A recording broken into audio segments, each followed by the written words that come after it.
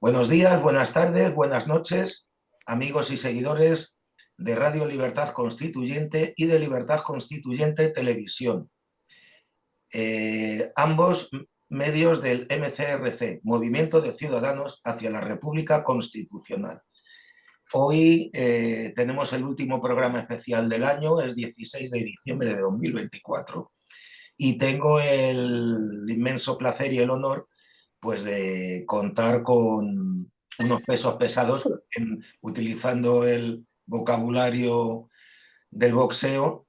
Eh, Tengo al maestro Eric G. Cárdenas desde Hermosillo, en el estado de Sonora, en México. Eric, muy buenos días. Buenos días por acá. Tenemos a Fulgencio del Hierro desde la Bahía de Cádiz, Puerto de Santa María, si es que te pillo por allí. Buenas noches, sí, sí, pues encantado de estar aquí con todos Buenas vosotros. tardes. Y tenemos a Daniel Vázquez Barrón, también compañero de estas líderes televisivas, desde Bilbao. Bueno, pues, como digo, hoy tenemos el último programa especial del año y como se acercan las Navidades, pues lo vamos a utilizar como pretexto para iniciar el programa de hoy con nuestro invitado principal, que es el maestro Eric G. Cárdenas. Bueno, pues maestro, eh, vamos a empezar por algo suavecito. Chao, Marcelino. Claro, ¿cuál es el significado que tiene la Navidad pues en el México actual y qué significado ha tenido pues, a lo largo de la historia y también el catolicismo como herramienta de transmisión cultural? Así que cuando quiera, maestro. Gracias, Marcelino. Pues para irnos de lo presente a lo pasado, ¿verdad? El principal significado que actualmente representa la Navidad sería esta unión familiar. En México se hace mucho énfasis en las figuras de los nacimientos, en la Sagrada Familia, ¿verdad? En el nacimiento del niño Jesús, en tener a la familia reunida. Y en ese sentido, hablando socialmente, en una sociedad que ya no es oficialmente católica, aunque mayoritariamente sea católica en la actualidad, ¿verdad? Tiene ese significado de provocar, mantener y darle continuidad a esa unión familiar, ¿verdad? Como esta institución social que permite que los individuos, en este caso mexicanos, ¿no? O digamos hispanoamericanos o hispanos, voy a decir en general, mantengamos esa sociabilización y esos lazos con nuestros seres queridos, con nuestros familiares, ¿no? Con quienes representan esta ancestría, con nuestras redes de apoyo, etcétera, ¿no? Entonces, desde el punto de vista social, yo diría que en nuestro país se sigue enfocando de esta manera, ¿verdad? Es un momento para reunirse con amigos, para reunirse con familiares. Si no está cerca pues geográficamente o incluso si no estás tan cerca, digamos, en tus relaciones afectivas con tus familiares, pues tratar de acercarte. Ese sería el enfoque principal que tiene en la actualidad en la sociedad mexicana, ¿verdad? Hablando ya de cuestiones tradicionales, ¿no? De las que vienen más atrás en las generaciones anteriores en el tiempo, pues precisamente pues el 16 de diciembre comienzan las posadas, ¿verdad? Comienzan esta serie de 9 celebraciones hasta llegar a la Natividad, donde pues en cada una se va, en el caso de México, se va a hacer esta representación de que llega precisamente la Sagrada Familia, ¿verdad? A pedir posada para poder dar a luz a Jesucristo. Entonces, esta tradición de las posadas en México surge prácticamente desde el siglo XVI, desde los primeros contactos entre los agustinos y los grupos de la zona de la Colhuacan, ¿no? Es decir, de la Cuenca de México, donde para explicar estos conceptos hacían uso de diferentes estrategias como representaciones teatrales.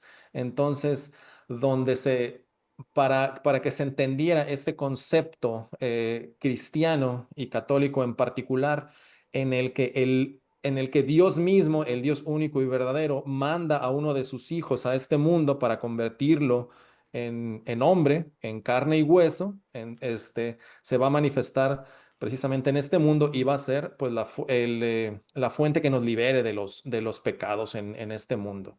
Entonces, en ese sentido empieza, ¿verdad?, esta tradición de las posadas prácticamente desde los primeros contactos y en estas primeras elaboraciones que hacen estas órdenes mendicantes, estos frailes, para tratar de explicar conceptos que no existían en la Mesoamérica antigua, ¿verdad? O en el México antiguo, vamos a decir.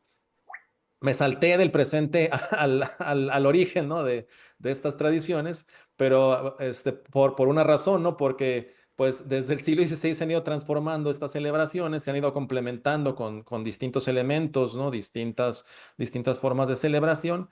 Y me parece a mí que a partir, a lo mejor ahorita vamos a hablar de ese tema, ¿verdad?, de la predominancia de la cultura anglosajona, ¿no?, de la cultura de masas en el siglo XX, ¿no?, de que termina la Segunda Guerra Mundial y empezamos a vivir en un mundo no solo más global en cuestión de comunicaciones, sino culturalmente más global, estos aspectos tradicionales, es decir, de celebrar las posadas con los cantos tradicionales, es decir, de hacer las cenas con las recetas de antaño, vamos a decir, ¿no?, o de esta tradición propiamente católica que hay en el pueblo mexicano, me parece que estos aspectos que eran centrales, digamos, para nuestros abuelos, empiezan a ser secundarios en la actualidad en la medida en que la cultura global va avanzando, ¿no? Es decir, para nuestros abuelos todavía era muy importante organizar estas posadas, darle a cada quien su librito, yo todavía me acuerdo, ¿no? Su librito donde venían los villancicos, los cánticos, ¿no? Tener la receta tradicional de, no sé, del ponche, ¿no?, de lo que se ofrecía en estas posadas, tener el rezo en particular para cada uno de estos 9 días en Navidad, sacar a mecer al niño, había toda esta serie de tradiciones, ¿no?, con este aspecto, digamos, teatral, este, litúrgico incluso, ¿verdad?, respecto a estas ceremonias, cosa que ya no tiene actualmente la predominancia que tenía generaciones atrás, ¿no? Entonces, en resumen, me parece que se mantienen ciertas cosas esenciales de estas tradiciones en el sentido de que se busca, ¿verdad?, esta unidad familiar o esta unidad con nuestros seres queridos, sobre todo en estas fechas, aunque se van dejando, pues, algunos aspectos de la cultura tradicional católica, ¿verdad? Y va a tomar un papel más importante incluso, pues, esta cultura global de origen anglosajón, ¿no? Y en particular, algo que se tiene que decir, así como en México, me parece que ocurre también a nivel mundial, pues que también el consumismo, ¿verdad? El hecho de comprar, de regalar, prácticamente de incrementar tanto las ventas como las compras en esta época, con esta excusa, ¿no?, de reunirnos entre todos, bueno, también ha cobrado un papel primordial en nuestra sociedad. Y siempre cuando uno va a la misa de gallo, ¿verdad?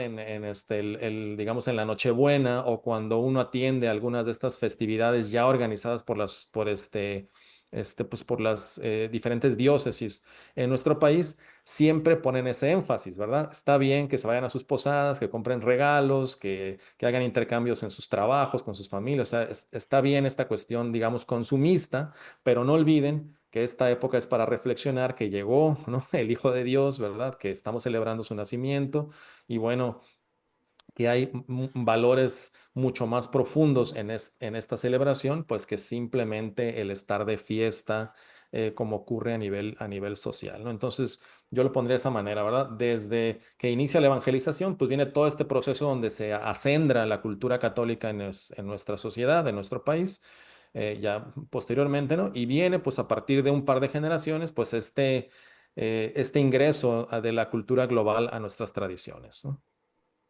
Esta cultura global, fundamentada o creo yo que fundamentada en, en las diferentes confesiones protestantes, eh,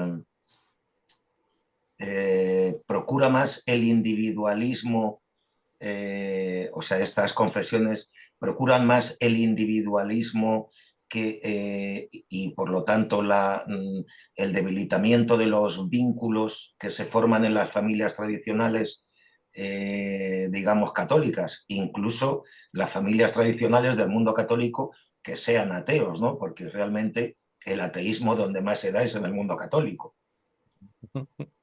Así es. Entonces, no sé si esta Fulgencio, o Daniel también, o Eric, si estas influencias que van dirigidas más al individualismo, creo yo, que al fortalecimiento de los vínculos, como decías, de la familia. En España es más o menos lo mismo. La Nochebuena es pues la cena donde católicos y ateos católicos, y si es que existe este engendro, pues son reuniones familiares, ¿no? que fortalecen y renuevan estos vínculos, ¿no?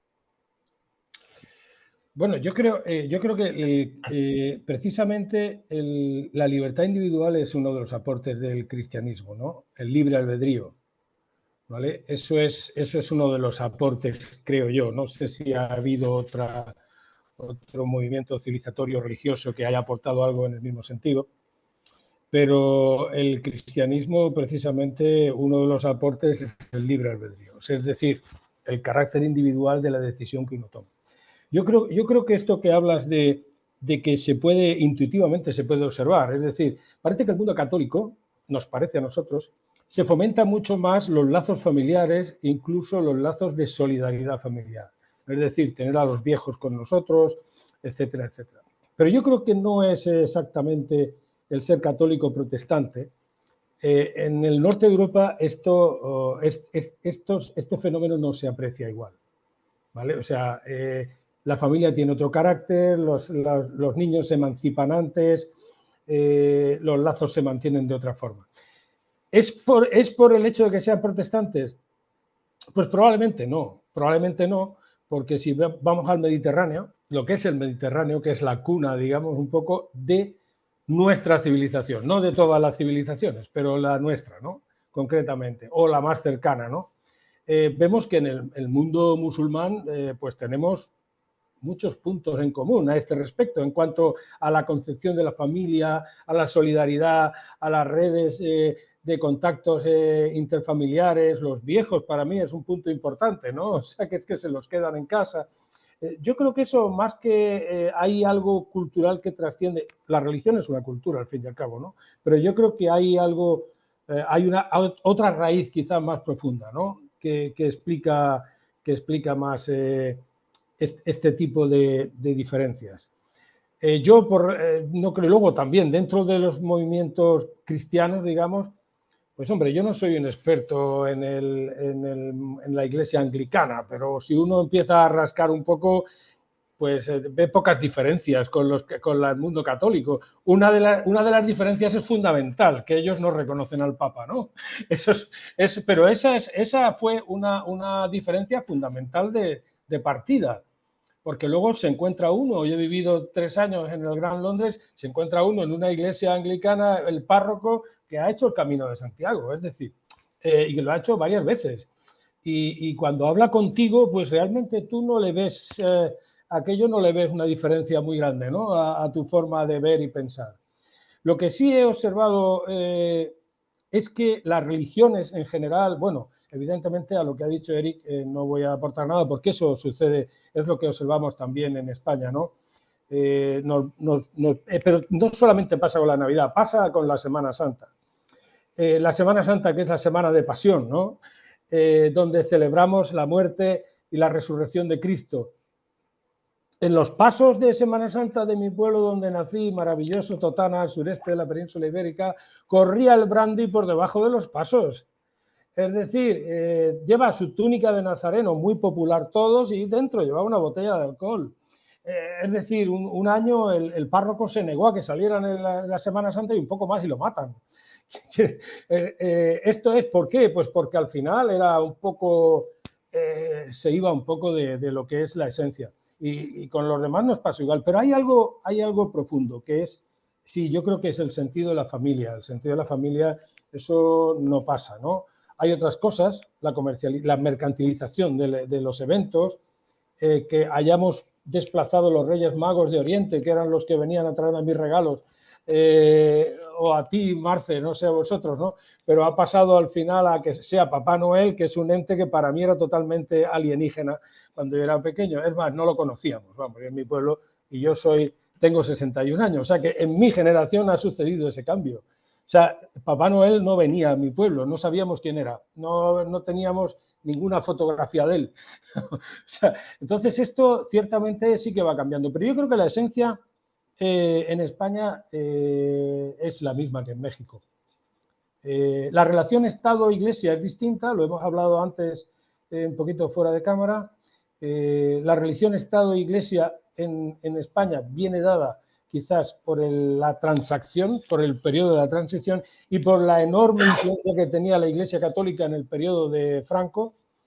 Tenía una influencia enorme y por tanto esa influencia pues ha tratado de retenerla a través de que España sea un Estado aconfesional y a través de tener un concordato con la Santa Sede, un acuerdo bastante potente que llega hasta pues las pensiones de los curas, etcétera, etcétera, ¿no?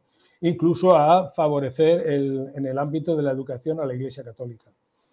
Pero vamos, yo creo que en general ya creo que hay aspectos culturales que los tenemos y que trascienden la religión, siendo la religión un aspecto cultural fundamental, sobre todo en las cuestiones de familia. O veo que tenemos cosas comunes con gente que no son cristianos, ¿vale? Son de la religión del libro también, pero no son cristianos y sin embargo tenemos muchas cosas en común. Daniel. Bueno, la realidad en Uruguay es un poco diversa. Uruguay es un país bastante particular. Es un país que muy marcado por la masonería. Entonces es un país que ya desde 1878 el Estado se encarga de los registros de los nacimientos, de las defunciones, de los matrimonios. Es decir, que hay una separación radical entre lo que es el Estado y la Iglesia y por lo tanto el Estado es un Estado que no es aconfesional, es directamente laico. Es decir, que en los establecimientos públicos no hay ningún símbolo relativo a ninguna religión. No se usa eso. Entonces, el festejo de la Navidad y todo es un festejo que se realiza particularmente, o sea, privado. No, es de la sociedad civil. Del Estado no, es más, para el Estado no es Semana Santa, es Semana de Turismo. Entonces, por eso les quiero decir, es un país que desde 1912 tiene divorcio. Entonces, ya con eso, desde 1912 divorcio por causal y desde 1913 el divorcio por sola voluntad de la mujer, no del hombre, de la mujer. Una pregunta. O sea, sin necesidad de probar nada. Sí, dime. Una pregunta así abierta al público, porque han nombrado esto, ¿no? Me gustaría lanzar esta pregunta. No es retórica, por tanto yo no la voy a responder. No la voy a hacer y la voy a responder. ¿Es la religión un asunto que debe quedar en el ámbito privado de las personas o la religión es una cosa pública? Bueno, a ver, es una cosa pública, pero no es estatal. Eso me parece muy... O sea, es pública porque es del pueblo, pero no es estatal porque no es impuesta desde la jerarquía. Este sábado, volviendo de tocar, de hacer de tocar de Almería, hablaba con un compañero que jamás hay que confundir lo público con lo estatal, porque la diferencia es importante, ¿no? Bueno, y a tal punto, pero yo aquí tengo un libro que es de la literatura oriental, porque nosotros lo de uruguayo es algo moderno. En realidad, mi cédula de identidad originaria decía nacionalidad oriental. ¿Por qué? Porque nosotros somos la banda oriental. Y dentro de las provincias unidas del Río de la Plata, somos la provincia oriental. Entonces, ese es el Uruguay viejo, es ese, digamos, es el oriental. Oriental, por supuesto, con mayúscula, la O. para diferenciarlo de oriental de un lugar en la geografía. Ujú. Pero en realidad proviene de un nombre, porque en realidad somos República Oriental del Uruguay. Es la república que está al oriente del río Uruguay. Nuestro nombre en realidad es la ubicación geográfica. Ajá. Ujú. ¿Qué dirías, Eric? Sí, ¿Tú dirías que es debe de permanecer en el ámbito de lo privado o es algo público? Y pues mira, la pregunta es retórica, porque Antonio García Trevijano lo trató, ¿eh? Por favor, adelante. lo voy a tratar de vincular a Fulgencio con lo que acaba de comentar Daniel, Mm. en el hecho de cómo nos identificamos respecto a un Estado-nación y si precisamente la legitimidad de poder de administrar los recursos, las leyes y las sanciones a esas leyes que tiene el Estado-nación, le da también la legitimidad para establecer esta diferencia entre las manifestaciones públicas y las manifestaciones privadas, ¿no? Y quiero relacionarlo a lo que acaba de comentar en el sentido de cómo se debió haber llamado un país como México, ¿verdad? Porque había propuestas después de que se hace la Constitución de Cádiz, se hace el Congreso de Chilpancingo, para desconocer esa Constitución de Cádiz y más bien hacer una república separatista, ¿verdad? O más bien hacer una secesión, hacer una república nueva, mejor dicho, que había algunas propuestas como la América Septentrional. En algún momento también se planteó que era el Congreso de la Anáhuac el que iba a elaborar la nueva república. Y estoy diciendo todo esto porque no, si nos remontamos a esas fechas, a principios del siglo XIX, no había una identidad nacional en esta tierra, es decir, el nombre de México ni siquiera figuraba. Ahora que somos tan orgullosos de ser mexicanos y viva México, ya saben, ¿no? Y, y todo esto que gritamos con mucho orgullo y cómo se ha posicionado, ¿no? La cultura mexicana, a lo mejor a nivel global, eso no existía en la mente de las personas que crearon México. La identidad que existía era precisamente la identidad de ser primero guadalupanos, ¿verdad? Y después católicos. Esa era la identidad que existía en ese entonces. No había nada de pertenecer a tal o cual Estado-nación. Es más, cuando se forma el Estado-nación mexicano, ya que se decreta como un imperio centralista con su capital en la Ciudad de México y por lo tanto todo el imperio toma el nombre de la capital, que es México.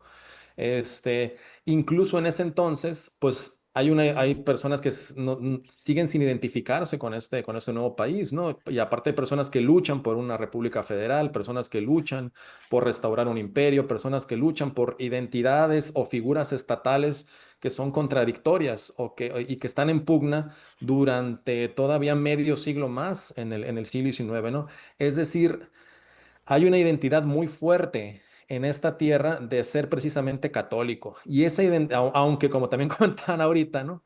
Este, el que es más ateo, es más, el ateo más recalcitrante es porque salió del catolicismo para ser ateo, ¿verdad?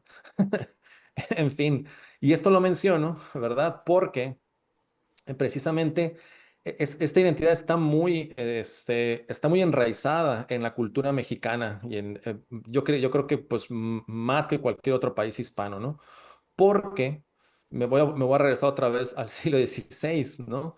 Porque en el momento en el que se hace la evangelización, un puñado de frailes contra decenas de miles de indígenas con sus propias creencias tienen que actuar de una manera muy inteligente, tienen que entender las manifestaciones espirituales, tienen que entender la manera en la que viven esa religiosidad los diferentes pueblos en esta tierra para empezar a hacer esa labor de evangelización que no dura ni una, ni dos, ni tres generaciones, sino que se va conformando a lo largo de los 3 siglos del virreinato. Entonces ya para cuando llega el siglo XVIII, principios del siglo XIX, pues esa identidad ya está consolidada, ¿no? Esta identidad espiritual, esta identidad religiosa que venía no nada más del momento del contacto ni del momento de adquirir las características católicas, sino que es una manera de entender el entorno, la naturaleza, lo sagrado, lo misterioso, etcétera, que viene desde la antigüedad mesoamericana, ¿no? Es decir, la manera en la que se vive la religiosidad aquí y que tiene esta manifestación católica es muy fuerte e incluso, ¿verdad? Es tan fuerte esta manera de entender el mundo ahora con digamos, con esta identidad católica en un país como México, que el relato nacional, que Pérez Bejo lo ha definido brillantemente como el relato de nación doliente, toma precisamente esta mitología católica para elaborar el relato nacional mexicano. Es decir, hay tres misterios: un misterio gozoso, que es la época prehispánica; un misterio doloroso, que es la conquista; y un misterio glorioso, que es la independencia. O sea, toma las etapas del Vía Crucis, ¿no? Toma vamos a decir, la forma, ¿verdad?, de la mitología católica, o toma la forma de estos misterios católicos para darle forma también al relato nacional como una nación doliente. O sea, incluso para salirse, ¿no?, de esa identidad católica y conformar una identidad nacional, se usa la base católica. Por lo tanto, pues es algo que está muy íntimamente vinculado y ligado a las experiencias humanas que tenemos en esta sociedad, ¿no? Entonces, en un país como México, muchas veces, si es difícil ser moderado, o es difícil decir, sí, yo acepto estos aportes de la Iglesia Católica y acepto, ¿no?, estas liturgias, estas festividades, las posadas me gustan, ¿no? O sea, estas elaboraciones festivas, rituales que ha proporcionado la Iglesia Católica. Muchas veces quien se sale de la Iglesia Católica critica todo lo de la Iglesia Católica, ¿no? O sea, es el opio del pueblo, fue una imposición a nuestros ancestros y toda esta cuestión de victimista, ¿no? La Iglesia ya no puede meterse en los asuntos públicos porque eso provoca que haya una manipulación de las conciencias, etcétera. Entonces, quien no es católico tiende a ser muy reaccionario frente a la gente que sí es católica, ¿no? Entonces, en ocasiones no encontramos, ¿verdad?, este punto medio entre lo que debemos permitirnos como manifestaciones espirituales dentro de un estado laico, ¿verdad?, y entre, pues, lo que debe limitar el gobierno, vigilando precisamente que no intervengan líderes religiosos en este estado laico. Por eso se confunde, y creo yo, ¿no?, eh, eh, como bien comentaban hace un momento, ¿no? Por eso se confunde entre lo que es público, de interés público, manifestación pública, respecto a lo que es del interés del Estado. Entonces, aquí hubo un momento en la historia de nuestro país donde incluso se buscó sustituir la llegada tanto de San Nicolás, ¿no? O cuando ya empezaba esta imagen de Coca-Cola de Santa Claus, ¿no? O incluso los Santos Reyes, se quiso sustituir por Quetzalcóatl, ¿no? En algún momento, ¿no? Donde ya como van a ser manifestaciones públicas, digamos, de la espiritualidad del pueblo, ¿no? De que salen a em, pues a las ceremonias, a los rituales, o de que en las casas de la gente traen regalos a los niños, ¿verdad? Diferentes, vamos a decir, figuras sagradas, ¿no? Pues intentaron imponer que fuera una Navidad con Quetzalcóatl, ¿no? En algún momento del México por revolucionario. Entonces, el Estado de alguna manera trata, ¿verdad?, de meterse en esos asuntos que no debería meterse, porque pues ve esta lucha, ¿verdad?, entre lo que es la manera en la que vive su religiosidad del pueblo, ¿no?, y los asuntos que tiene que seguir controlando el Estado. No sé si los estoy enrollando un poco o No, si no, me estoy no, explicando. yo estoy de acuerdo. Yo creo lo que te interpreto, y estoy totalmente en línea, como diríamos, ¿no?, es el Estado tiende a estatalizar todas las cosas. Ujú. Entonces, la estatalización, esto es una suma cero. A mayor estatalización, menos nación, menos cosa pública del pueblo, etcétera, Sí. etcétera. Es Entonces, una hay un cuestión. esfuerzo del Estado mexicano por quitar Sí, lo católico, ¿no? sí, O lo hubo, se dieron sí, cuenta que era pero imposible, ¿no? probablemente, Eric, y corrígeme porque tú eres el historiador mexicano, probablemente es una reacción, ¿vale? Probablemente se dio un movimiento reaccionario a algo. Es decir, en el 31, durante la Segunda República Española, hubo una reacción contra la Iglesia. Una reacción violenta, donde se asesinaron pues, muchas monjas, muchos curas. Claro, después hubo una contrarreacción y entonces veíamos al jefe del Estado entrar bajo palio en las iglesias.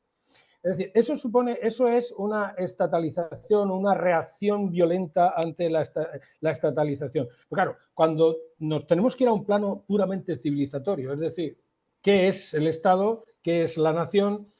¿Qué es la religión? Que yo creo que la religión tiene un componente público porque en su inicio había un tótem allí en medio había un tótem en medio de la tribu. Es decir, la religión tiene un componente público. Si no es público, no es religión, es otra cosa. Claro. Eso es así. Y también tiene un componente, concretamente en la religión católica, tiene un componente individual, ¿no? Tiene un componente individual. Pero Bueno, eso no se tiene, lo que tenemos que huir es de la estatalización de manera que se regularicen todas las cosas. Luego, debemos de evitar entrar en temas ideológicos, ¿no? Pero hay temas esenciales como, por ejemplo, prohibir los colegios religiosos. Bueno, la libertad de los padres tiene que prevalecer, ¿no? Porque al fin y al cabo eso es como decimos de los militares, ¿no?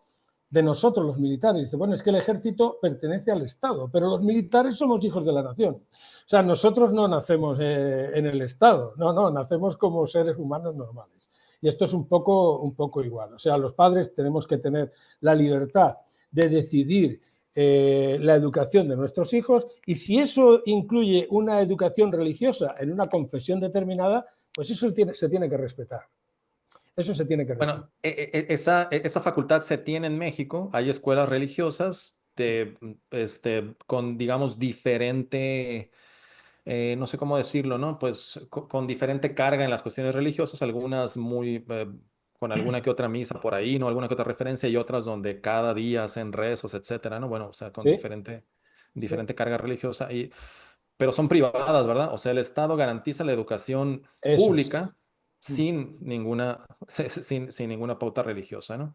Entonces, aquí es donde te digo que está la cuestión compleja o interesante en el caso de nuestro país, en el sentido de que efectivamente hubo una reacción después de la Revolución Mexicana, hubo un enfrentamiento entre el Estado con sus ideologías políticas, en particular, ¿no? El gobierno de Plutarco Elías Calles, que quiere erradicar, ¿no? La religión bajo sus ideologías, ¿no? Y desata una guerra que deja más de medio millón Externo, sí. de muertos en nuestro país, la cristiada, ¿no?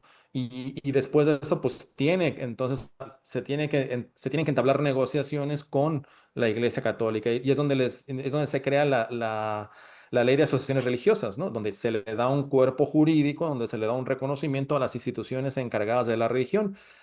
Lo extraño en México o lo que resalta, digamos, en esta relación del Estado y la Iglesia es que tendría el mismo nivel jurídico la Iglesia Católica que una, una iglesia New Age, ¿no? O como hay en otros países, ¿no? O un culto de reciente creación que se registrara como una asociación religiosa frente, pues, a una, ¿no? Organización religiosa de milenios de tradición como es la católica. En fin. No obstante, culturalmente sigue teniendo su importancia, obviamente, la Iglesia Católica, ¿no? Ya obviamente no tiene el papel predominante en la política, en la vida social, en la vida económica como lo tuvo siglos atrás, pero sigue teniendo su predominancia, ¿no? Como ejemplo, digamos, aquí en la plaza principal de Hermosillo, cuyo nombre oficial es Plaza Zaragoza, pero nadie le dice así, todos decimos catedral, porque ahí está la catedral. No, ahí en catedral, aquí en Hermosillo, eh, la diócesis pone su nacimiento junto a la catedral, del otro lado el municipio monta, ¿no? El árbol de Navidad, del otro lado habrá una marca patrocinadora que tenga ahí algunos, no sé, elfos, ¿no? Algunas figuritas navideñas, osos polares en medio del desierto, pero bueno. Y también el Estado, ¿no? El gobierno del Estado decorará el palacio de gobierno, o sea, cada uno dentro de su ámbito, dentro de su jurisdicción, pues participa dentro de esta misma celebración. Y otro punto importante que está cercano a esta fecha, ¿no? Es el 12 de diciembre. Es decir, el 12 de diciembre, Día de la Virgen de Guadalupe. En México no es un día de descanso oficial. El Estado mexicano no lo identifica como un día de descanso oficial ni como un día festivo. Es una fiesta popular y la mayoría de las empresas, organizaciones, etcétera, dan el día libre de manera extraoficial, ¿no? El Día de la Virgen de Guadalupe se les da a los trabajadores de manera extraoficial, aunque no sea oficial. Entonces ahí tenemos un poco, digamos, esta tensión, ¿no? De entre lo que es el Estado mexicano y lo que es la Iglesia Católica en particular, que sigue siendo, pues, la iglesia a la cual se adscribe prácticamente tres cuartas partes de la población de nuestro país, ¿no? Entonces, sigue teniendo su importancia culturalmente, como te digo, ¿no? Este papel predominante que tenía anteriormente, bueno, pues ya no es así. Y en esta reacción que comentabas, Fulgencio, creo que esta vimos cómo pasó en el siglo XX, ¿no? Es decir, en el siglo XX vimos precisamente el gobierno de Calles que desata una guerra contra la Iglesia Católica, y luego vimos en los años 70, cuando se recibe la primera visita del Papa, ¿verdad? Que José López Portillo dice, bueno, yo voy a ir a recibir al Papa, le voy a besar la mano, le voy a pedir que me bendiga, y si me multan, porque eso no lo debe hacer un funcionario del gobierno mexicano, pues pago la multa, dijo así, ¿no? O sea, ya llegó al otro, o sea, ya pasó, ¿no? Pasó esa época de reacción, sí, de esa época reaccionaria, ¿no? Y llegamos a otro momento entre las relaciones, iglesia y Estado, ¿no? Yo creo de todas formas que las iglesias, o sea, ha habido una tendencia a introducirse en el poder civil. Pero bueno, si nos vamos al límite, como diríamos en matemáticas, pues vemos la Sharia, ¿no? Que es que ya es que no se reconoce la capacidad del hombre para legislar, sino que hay que aplicar directamente la legislación revelada. Entonces, eso y eso es donde se funde el poder civil con el poder religioso. Eso es en el límite, ¿no? O sea, tiene que haber ahí el equilibrio, el punto medio no. Yo creo que el punto medio no existe. El punto medio realmente es que en el Estado no puede existir una influencia religiosa. El Estado es el Estado, es un instrumento, ¿vale? Al que hay que controlar y que tiene que estar perfectamente equilibrado. Y el ámbito de la religión, el campo de la religión es el campo de la nación, es el campo del pueblo. Y por supuesto, tiene que tener cierta regulación. O sea, tiene que haber un registro, evidentemente. Tiene que haber cierta regulación. Los acuerdos entre las confesiones y el Estado son variables. Antes decía mi querido Daniel que en la República Oriental del Uruguay, pues ya todo se registra civilmente. Bueno, en España también se registra civilmente. Pero ¿qué pasa? Que con la Iglesia Católica, y no sé si con otras confesiones, me atrevería casi a pensar que sí, pero no lo sé, no puedo asegurarlo. O sea, te puede casar un cura y ese cura, de acuerdo con el concordato, de acuerdo con el convenio, no es necesario que vayas al juzgado, porque esa documentación que tú firmas en la sacristía va directamente al juzgado, pero se te va a registrar por la vía civil, lógicamente. Aquí sí. Aquí sí, para casarte en la iglesia necesitas el acta civil. Vale, pero aquí si te casas en la iglesia, ese acta va directamente al ámbito civil y se va a registrar igual. O sea, que cuando dices, oye, yo me voy a casar por lo civil, eso implica que tú no vas a ir a la iglesia a nada. Tenía un compañero que decía, me voy a casar por lo cerril. De todas formas, hay un... Pero me voy a casar por lo civil. Por las tres leyes. Hay un tema también respecto a esto, y a ver qué piensa Daniel, que está más callado. Es que al Estado, con respecto a la Iglesia, o está de su lado, como en la época del dictador Franco y anterior, porque es que si algo ha tenido la Iglesia en la historia de España en los últimos decenios del siglo XIX y en todo el siglo XX, hasta la muerte de Francisco Franco, del dictador, es que la Iglesia ha estado demasiado cerca del poder. Y esa función que tenía la Iglesia de ejercer como contrapoder, o al menos de crítica al poder, el sentimiento anticlerical español que viene del siglo XIX y termina, como bien dices, en la quema de iglesias, en intentar pegarle fuego a las monjas, y esto lo sé de muy buena tinta desde el hábito, ¿no? Empapar el hábito de las monjas con gasolina y pegarles fuego, ¿no? Afortunadamente, el caso que yo conozco no se llegó a pegarles fuego, pero sí a mojarles con gasolina los hábitos, ¿no? Y otra serie de cosas que se hicieron, pues como descampanar las iglesias, tirar las campanas al suelo y demás. Entonces, la Iglesia está muy a gusto cuando está integrada en el Estado, como en la época del general Franco, pero ¿qué ocurre cuando la Iglesia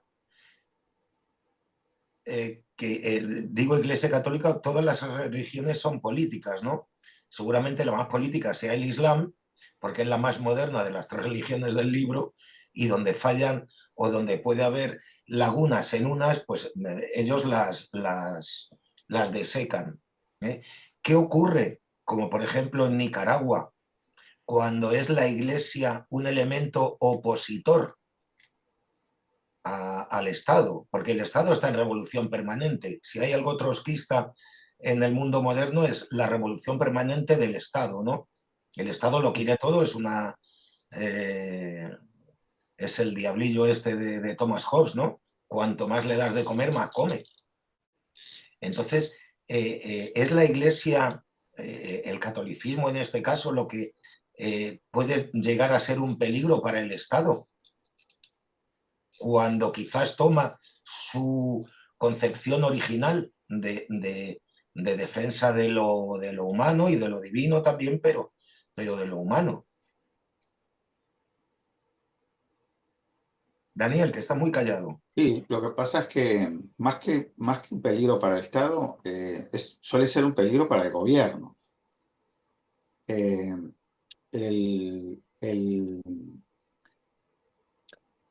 La experiencia soviética, por ejemplo, fue de prohibición de todas estas festividades conmemorativas y religiosas, pero bastó que se cayera ese tipo de gobierno para que inmediatamente otra vez reflotara en el pueblo la religión y volvieron otra vez a festejarse las Navidades, que por cierto son el 6 o el 7 de enero, creo. Entonces, yo creo que los gobiernos utilizan eso cuando es muy difícil ir contra eso cuando hay un fuerte sentimiento en la población, en la sociedad civil, hay un fuerte sentimiento religioso. Entonces, lo que tratan de hacer generalmente los gobiernos, aun cuando no sean muy afines a la religión, es tratar de congratularse con esa entidad, o sea, esas instituciones, porque en definitiva le facilita tener la unidad de la sociedad civil, que es lo que necesita todo aquel que gobierna. El que gobierna no puede promover la división en la sociedad, o hasta cierto punto que haya, sí, un conflicto, digamos, para mantener pero no dividir. Entonces, yo creo que así como en Nicaragua, como también en Cuba, por ejemplo, se ha tratado lo que creo que han tratado es de no repetir la experiencia soviética de la prohibición y de nada de eso, sino al contrario, de granjeárselos, de conquistarlos y de darles su espacio, ¿no? Para que no me patees más arriba de las rodillas. Yo no estoy muy de acuerdo, Marce, con la temporalización que has hecho en el tema de la religión en España. O sea, la España moderna, el nacimiento, digamos, o el resurgimiento de la España y la creación de la España moderna, pues está muy influida por la cruz, ¿no? O sea, la cruz es de lo que llevaron los españoles cuando pisaron América. Isabel era la católica, la reconquista de Granada, que creo que es un punto esencial, prácticamente tiene connotaciones de cruzada, hay un aporte de la cristiandad, hay una imposición de la Inquisición inmediatamente después, hay unos acuerdos previos, pero que no se cumplen. Al final hay una expulsión de los moriscos. En fin, la Iglesia Católica ha estado en el Estado moderno español desde el propio surgimiento. O sea, no es algo que haya nacido, incluso, y luego pues está institucionalmente, pero también están las escuelas de pensamiento. Es decir, pero es que era la monarquía, perdón, era la monarquía católica. No, era la monarquía católica, pero no, y eran los reyes católicos, pero además, sí, claro.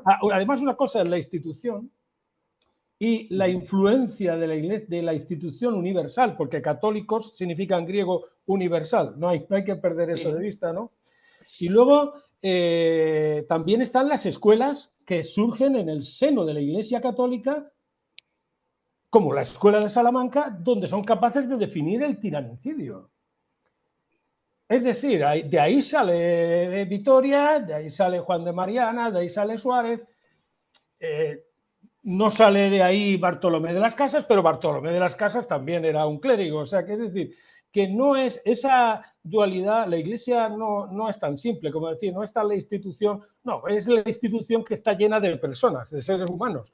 Y al final, muchos seres humanos se apegan a lo que es la doctrina católica original.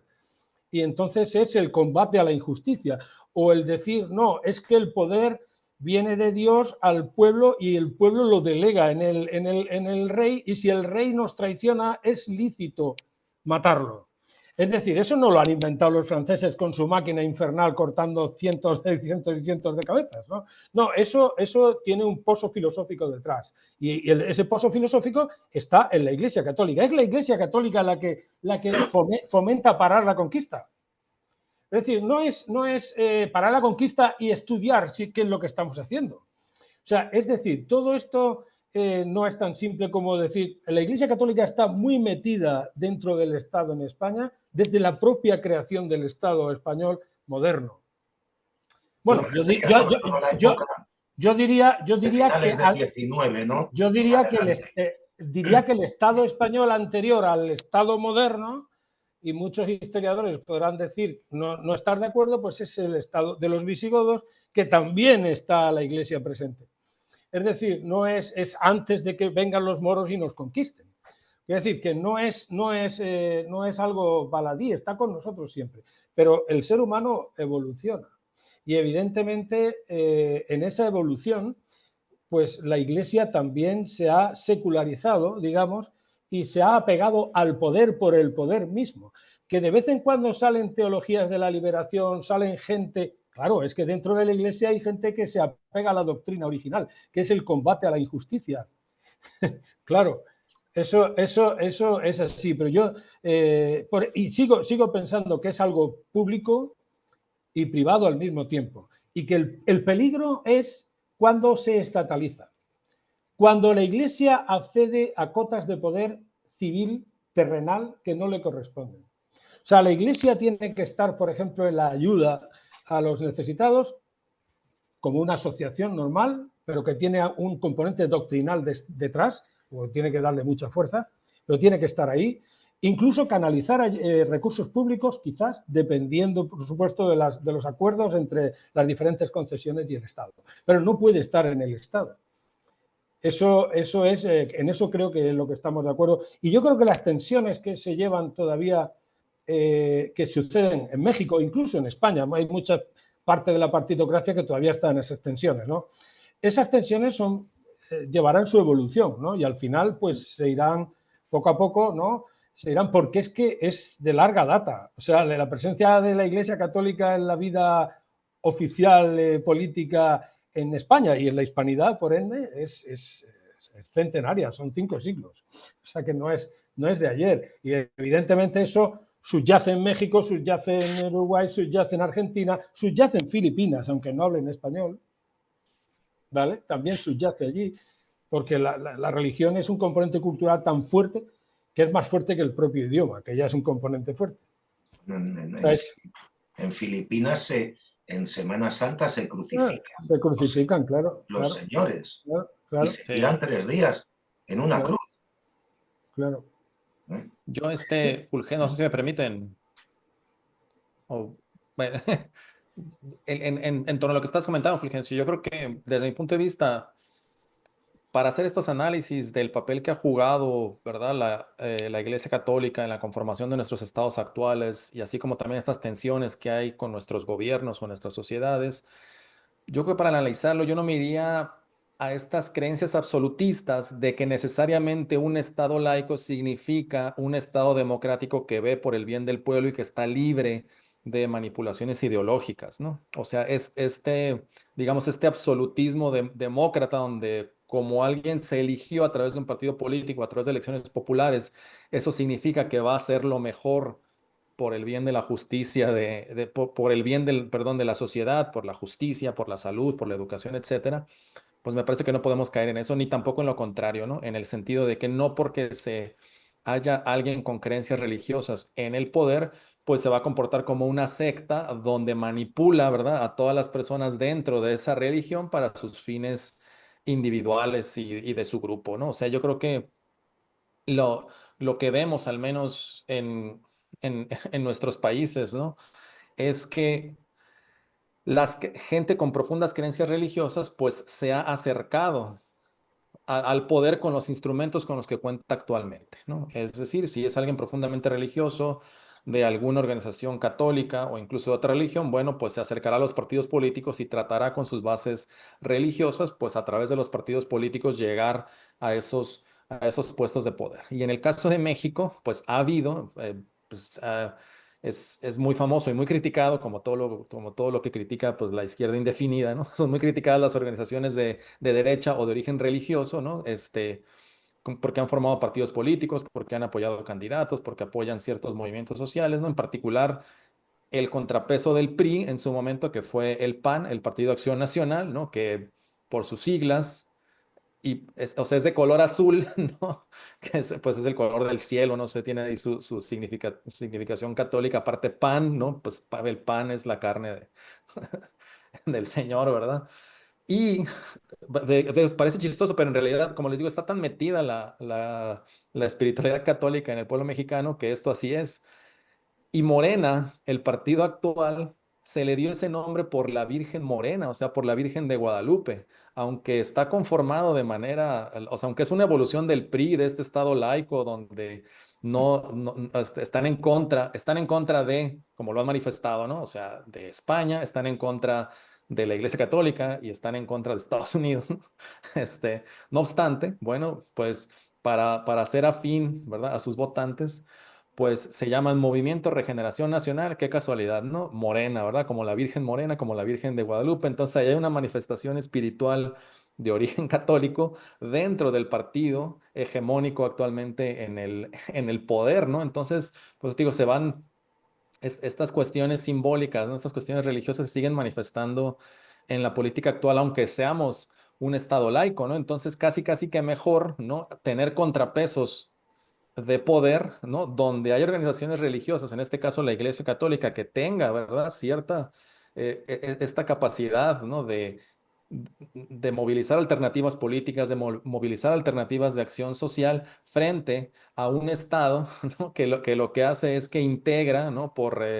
Digamos, por mantener ese poder centralizado, integra personas de diferentes creencias, de diferentes cultos, con tal de que se siga manteniendo, pues, el sistema supuestamente republicano, libre de ideologías religiosas, pero que en realidad pues, lo que está haciendo finalmente es servir a cierta casta política, ¿no? A ciertos intereses de la gente en el poder, ciertos intereses en las oligarquías, etcétera, ¿no? Entonces, como digo, a veces es esta dicotomía que hemos hecho entre excluir las organizaciones religiosas o excluir a la Iglesia Católica del ejercicio del poder público, del ejercicio de las demandas sociales, a veces nos ha jugado en contra, puesto que no nos ha permitido, ¿verdad?, que la voz de diferentes sectores sea escuchada dentro del poder. Más al contrario, ¿no? Como lo elaboré hace un momento, ¿verdad?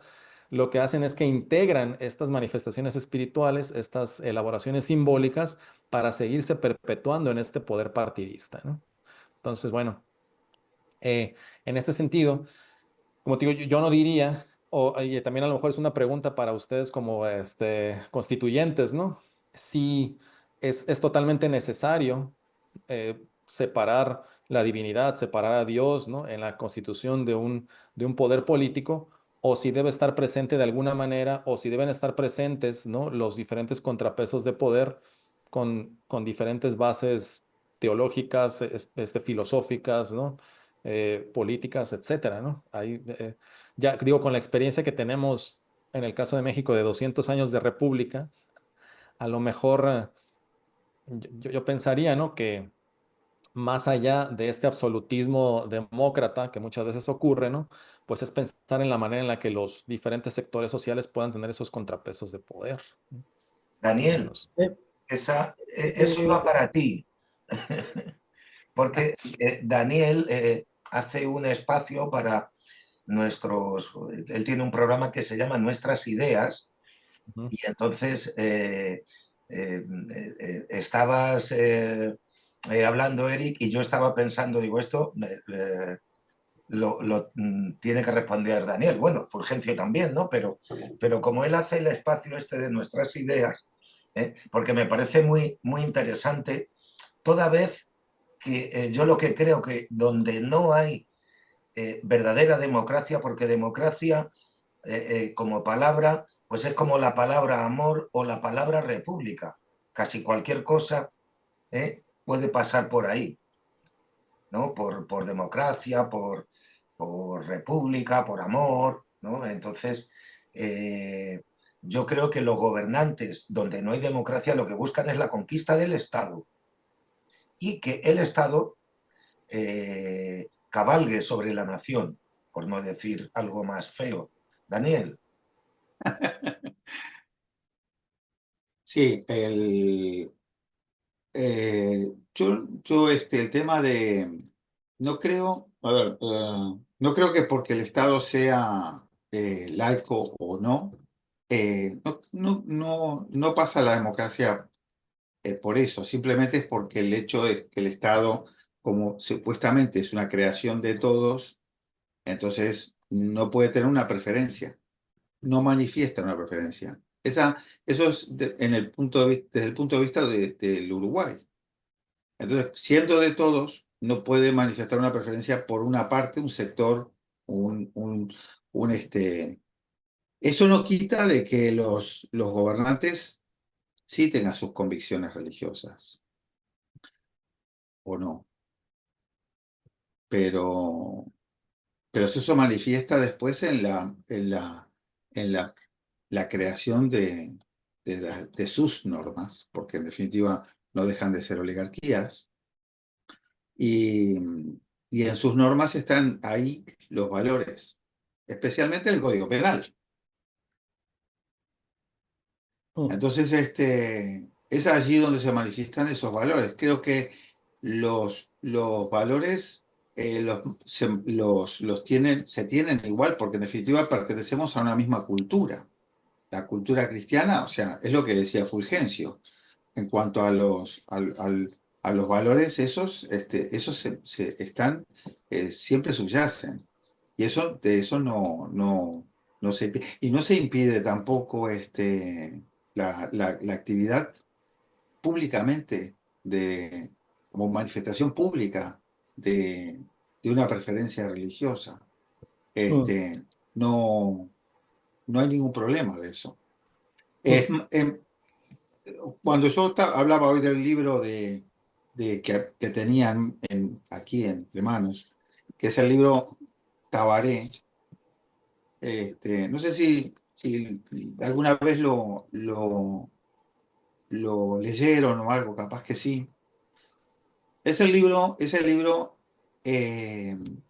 cuyo autor es Juan Zorrilla San Martín, un escritor y poeta uruguayo, oriental en su época. Él hizo su educación en Santa Fe, en Argentina, y en Santiago de Chile, porque su padre lo envió ahí para que saliera de ese espíritu laico que pululaba en aquella república tan temprana. Entonces él lo mandó para mantener sus tradiciones, porque su padre era de Soba, de Santander. Él lo envió a otro lugar para eso. Lo envió para que mantuviera esas tradiciones cultivara esa religión que se cultivaba así en España, pero que en Uruguay no se cultivaba de esa manera. Pero no era impedido. Así que, en definitiva, lo que hacen, sí, lo que les interesa a los políticos, en realidad, no es la religión, sino utilizarla a los efectos de poder facilitarle el camino a lo que les interesa, que es el poder. conservarlo o alcanzarlo. Mm. Que ese es en definitiva lo más importante para el político. Y si tiene que emplearse o a subirse al caballo de una religión o de lo que sea, o de una ideología como ahora se presentan, donde todos más o menos tienen cierta homogeneidad, por lo menos en el mundo al que le llamamos occidental, lo van a hacer una y mil veces. Yo diría, con respecto a la pregunta concreta que le he interpretado a Eric, ¿no? Porque está relacionada con el MCRC, con el ideario, como lo vemos nosotros, ¿no? A ver, el MCRC es un movimiento prepolítico, es decir, el MCRC no tiene ideología, no tiene bandera, tampoco. O sea, hay algunos de nosotros que tendrán en su corazón la bandera tricolor de la última República Española, otros no. Con respecto al escudo parece que hay un cierto consenso, ¿no? Pero somos un movimiento prepolítico. Nosotros estamos por las reglas. Las reglas no incluyen que la religión esté dentro de los poderes separados en origen, y tampoco la religión está dentro de los principios de la democracia, en los principios de elección, representación y separación de poderes en origen. Es decir, el MCRC no está ahí. Dentro del MCRC hay católicos. Es probable que haya una representación de la sociedad española, pero tampoco me atrevo a decirlo, porque nunca le hemos preguntado a nadie cuál es tu religión, y tampoco figura. Me consta que hay un musulmán, amigo nuestro, compañero nuestro, profesor de religión en un colegio de Almería y muy querido por todos nosotros, pero es tan repúblico como el resto de nosotros. Bueno, él tiene en su haber que llevó a Antonio García Trevijano a una reunión en una comunidad musulmana. Es decir, nosotros estamos totalmente, somos prepolíticos y somos pre-todo. No vamos a considerar nunca la religión de los miembros del MCRC, ni por supuesto pensamos que hay que integrar ninguna religión. Reconocemos evidentemente la raíz cristiana de nuestra cultura, pero es que eso es obvio. No lo podemos negar. Hasta los ateos que decíais, los ateos católicos son ateos católicos. O sea que eso, hay ateos, no sé si habrá ateos de otras confesiones, pero ya no son iguales que los ateos católicos. Ni tan recalcitrantes, como decía Eric. Es decir, yo creo que la pregunta que hacía Eric, no sé, iba en ese sentido, no lo sé, pero en cuanto a las ideas nuestras, desde luego no consideramos, reconocemos el carácter público del fenómeno religioso, pero no está en el movimiento nuestro, por supuesto. Reconocemos la raíz cristiana, por supuesto, de nuestra cultura, pero no está en el movimiento nuestro. El MCRC, yo diría, Eric, y perdonadme, ¿no?, si es un exceso, porque ahora nos excedemos mucho con este tipo de expresiones. Yo diría que el MCRC es un movimiento difícilmente superable en su transversalidad. Es decir, no hay nada más transversal que el MCRC. O sea, en el MCRC hay gente que tiene sensibilidad de izquierdas. Yo lo sé, los conozco. Hay gente que tiene sensibilidad de derechas. Yo lo sé, los conozco. Hay gente musulmana. Yo lo sé, los conocemos. Y son queridos por todos nosotros. Hay gente que somos católicos de nacimiento y más o menos de práctica, y estamos todos. De hecho, el MCRC, cuando alcancemos la libertad política colectiva de la nación española, se disolverá. Simplemente ese es el plan. Cada uno, bueno, no nos iremos cada uno por nuestro lado, porque siempre voy a ir a Marcelino a tomarnos una comida, pero a Marcelino, Daniel o tú, encantado, pero quiero decir, se disolverá como movimiento. O sea, yo creo que es la grandeza del MCRC, que no tiene ningún tipo de contaminación. Bueno, contaminación siempre tenemos todos, ¿no? Pero no tiene ninguna contaminación ideológica, contaminación religiosa, contaminación... por ejemplo, la orientación sexual, si me permitís. Es totalmente irrelevante. El sexo biológico, si queréis, es totalmente irrelevante. O sea, aquí es absolutamente transversal, y es como debe de ser, porque la nación es totalmente transversal, todos estamos dentro de la nación. No hay nadie que no esté dentro por apartarse en una orientación o en otra. Eso es lo que yo diría, ¿no? Así un poco de la forma más simple. todos los estados totalitarios lo que han pretendido es la homogeneización de la sociedad civil, ¿no? Eh, si pudieran nos pondrían un uniforme. En España, claro, todos con un uniforme naranja o verde o el color del partido orwelliano dominante. Decía antes que como que la palabra democracia, como la palabra amor, como en república, pues, o reinados, ¿no? O sea, no es. Aquí en Europa hay una confusión terrible, porque todo el mundo califica a las monarquías europeas como democracias y realmente, o como repúblicas parlamentarias, concretamente. La única, perdón, monarquías parlamentarias. La única monarquía parlamentaria que yo sepa que hay es la británica, porque existe parlamentarismo. En Bélgica o en España, que también hay rey o reina, o en Holanda, lo que hay son oligarquías de partido.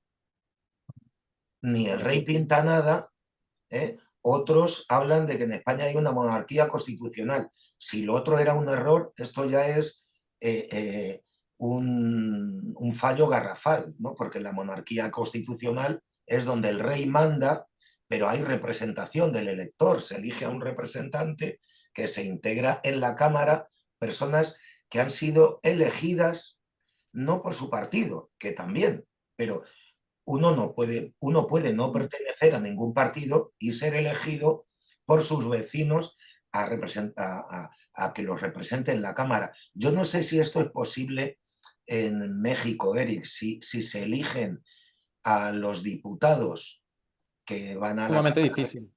¿Eh? Es sumamente difícil ser candidato independiente.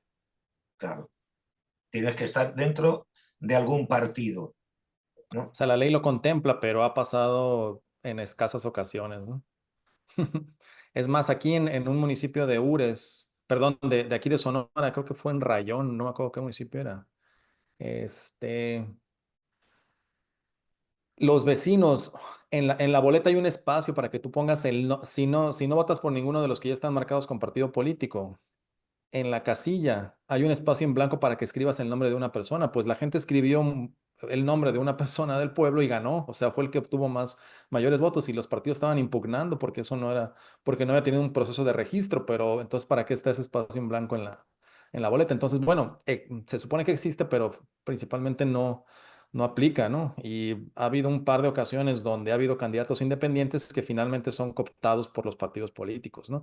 Y creo, Marcelino, que más bien en ese tenor iba mi reflexión, en el sentido de que está bien poner las reglas del juego, como se han querido poner en una república como la mexicana, pero finalmente esas reglas del juego sirven o han servido como un instrumento para un grupo en el poder, ¿no? Que en el caso de México es un grupo conformado por una élite política, por oligarquías que tristemente, ¿no? En el último par de décadas han estado también articuladas pues por el narcotráfico, ¿verdad? Entonces, y ellos son los que han hecho uso de esas reglas porque no tienen contrapesos en el poder, ¿no? Porque la gente que quisiera se tomaran otras decisiones, que quisiera tener otra participación, no tiene las vías en virtud de este absolutismo, digamos, laico, ¿no? Que hay, o de república federal que hay en nuestro país, ¿no? Entonces no existen los medios y nuestro presidente anterior definió perfectamente ese modelo, es una mafia en el poder, ¿no? Y lo definió porque él está allá adentro. Bueno, el caso es de que en ese entorno iba mi reflexión, ¿no? Entonces, sería, o sea, ¿cuál sería viable, ¿no? Fortalecer otras organizaciones, es decir, no demonizar digamos paradójicamente, ¿no? Pero bueno, no demonizar las organizaciones religiosas, no demonizar otras formas que son importantes para la vida pública de las personas y simplemente excluirlas, porque la experiencia que hemos tenido en un país como el nuestro es de que simplemente estos organismos eh, institucionales se han vuelto en un instrumento para las élites, ¿no? Y bueno. Mm, en ese entonces era la reflexión, ¿verdad? ¿En qué sentido se pueden crear contrapesos de poder en un sistema republicano, en un sistema que ya de entrada contempla la participación, pues, de todos los miembros en la sociedad, ¿no? A lo mejor no es una cuestión del modelo, sino es una cuestión de cómo estamos operando este modelo, porque ocurre en México, ¿verdad? Ocurre en México lo que les comentaba hace un momento, ¿verdad? Que con tal de acceder a ese instrumento del poder, pues las personas van a manipular el discurso, ¿no? Van a manipular las ideologías, van a manipular la espiritualidad, como les comentaba. O sea, obviamente en el estatuto del partido en el poder no dice, ¿verdad? Somos o sea, somos un partido mesiánico guadalupano, no puede decir eso, ¿no? O sea, no lo van a decir así explícitamente, pero bueno, se llama Morena, ¿no? Como la Virgen Morena, Ujú. como esta manifestación identitaria, cultural y religiosa del pueblo mexicano, ¿verdad? Por eso te digo, o sea, en ese entorno iba mi reflexión sobre cómo se construyen esos contrapesos de poder Claro, es que frente, ¿no? A una eso, estructura que ha servido como instrumento simplemente para el grupo en el poder. eso es precisamente el tema que, que ocupa nuestra asociación, ¿no? Que no es más que una Ujú. asociación cultural eh, tachada por muchos como radical o en algún caso he oído decir que utópica, pero no. Lo que ustedes pretenden en México es lo mismo que pretendemos nosotros en España, lo que pretenden los belgas en Bélgica. Lo que pasa que es muy difícil eh, universalizar el mensaje del control al poder, que en definitiva es de lo que se trata. No sé si estáis de acuerdo, Fulgencio y Ujú. Daniel, en mecanismos de control del poder. No, no, yo creo que no. Si bien católico significa universal en griego, me temo, me temo que nuestro movimiento no es universal o no podemos No, aspirar a que sea universal. no sé si me he expresado De hecho bien. nosotros no, sí, te has expresado bien, pero quiero decir que los principios que nosotros defendemos, de hecho, se enfocan en España y en Hispanoamérica, inicialmente. O sea, no podemos pensar Que en la eh, India o que... Sí, que en la India pues va, bueno, la India tiene un sistema para ellos democrático, pero en Somalia, por ejemplo, que eso de un hombre, un voto, pues es algo que están deseando, pero luego es un clan, un voto con 2.500 que luego ya lo han negociado previamente. O sea, es decir, no podemos aspirar a que los elementos de control del poder, los contrapesos que nosotros tenemos en nuestros principios y a lo que aspiramos, no podemos pensar que eso va a ser, que tiene un carácter universal. Eso no lo pensaría yo nunca. No pensaría que China, eh, bueno, no sé si habéis estado en China alguna vez, pero se respira, evidentemente, el patrón de referencias, la diferencia enorme. O sea, es que no, es que es otro. A veces tendemos a pensar que somos el centro del universo y no somos el centro del universo, ni muchísimo menos. Hoy hablaba con una chica india, una profesora mía que es india, desde la India, me decía, no, es que la India ya es el primer país del planeta. Es decir, o sea, la India creo que ya ha avanzado a China en el número de habitantes. sí, No podemos pensar que los elementos de control del poder van a ser igual en todos sitios. Ya hemos visto cuáles eran los elementos de control del poder en Libia con Gaddafi. Había un equilibrio. Había un equilibrio en la Jamirilla porque las tribus estaban representadas y había cierto equilibrio. Cuando se rompe el equilibrio viene el caos y en el caos siguen. O sea, es decir, ¿qué va a pasar en Siria? Pues probablemente pasará lo mismo. O sea, es decir, ¿qué pasó en Irak? cuando hay un partido dominante, que es el mismo que había en Siria, pues al final es un partido único. Es decir, es un partido del estilo de la Falange, puede ser un partido único que hemos tenido en España y que funciona así. No hay elementos de control que se puedan trasladar desde los elementos de control que nosotros defendemos, ¿no? Yo creo. Y cuanto antes nos hagamos a la idea que vivimos en un mundo diverso y que siempre va a ser diverso, mejor para todos. Sí, bueno, sí. Yo lo que quería era agradecerle a Eric mucho. A Eric, como los demás profesores, estudiosos mexicanos, que están dando una dura batalla, porque en definitiva tienen que ir contracorriente, y es muy duro. Es muy duro, como para nosotros es ir contracorriente el denunciar también, denunciar la realidad, mostrar la evidencia de la realidad. La gente, una vez que le entra a ocupar el lugar del conocimiento, la mentira, es muy difícil erradicarla después. Por más que muestres, no quieren ver la realidad. Y le cuesta mucho, es muy perezosa, la mayoría de las personas somos muy perezosos a la hora de cambiar lo que habitualmente o cómodamente nos han enseñado. Por ejemplo, nosotros en Uruguay festejamos la fecha de la independencia el 25 de agosto, supuestamente del año 1825. Sin embargo, yo les voy a leer el texto de un artículo de una convención que se llamó Convención Preliminar de Paz, en donde van a ver qué es lo que dice el emperador de Brasil, Pedro I, el del grito de Ipiranga. Y dice así: Su Majestad, el emperador del Brasil, declara la provincia de Montevideo, llamada hoy Cisplatina, nunca se llamó así, separada del territorio del Brasil. Declara a la provincia oriental separada del territorio del Brasil, porque pertenecían, en ese momento estábamos bajo la égida de Brasil. Primero de Portugal, al independizarse quedamos con el Brasil, y dice, para que pueda constituirse en Estado libre e independiente de toda y cualquier nación. No querían que volviéramos al seno de nuestro origen, que eran las Provincias Unidas del Río de la Plata, o sea, seríamos todos argentinos.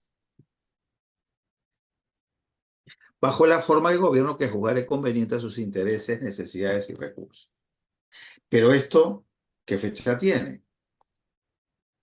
Hecha en la ciudad de Río de Janeiro, a los 27 días del mes de agosto del año del nacimiento de nuestro Señor Jesucristo, 1828. O sea, 3 años después de lo que se festeja oficialmente. Hay una permuta que se da en los tratados del Pardo, 1778, por los cuales se permutan territorios entre el rey de España y la reina de Portugal, para que el rey de España, y esto hay que decirlo, tenga acceso al tráfico de esclavos en origen. Como sabéis, por el Tratado de Tordesillas, pues España no estaba en África. Y por tanto, España no estaba en el tratado de ser, en la trata de seres humanos en origen, estaba en el destino, ¿no? Comprando seres humanos, pero no en origen. Entonces, esa permuta se da por unos territorios que yo creo que eran territorios de lo que sería Uruguay hoy, y se permuta por Fernando Po, la bahía de Corisco y Annobón, y derechos de comercio con la costa africana que hay enfrente, que viene a ser ahora pues un poco la costa de Nigeria, Camerún, Gabón, y luego viene pues lo que era la bahía de Corisco y ahora es la provincia de Río Muni. Eso Eso, afortunadamente, el rey de España no pudo llevar a cabo sus intenciones porque surgió un movimiento contrario al tráfico de esclavos y como el origen estaba allí, pues empezó a... Eso ya es otra historia, ¿no? O sea, y esa es la consecuencia de que hubiera una Guinea española después, ¿no?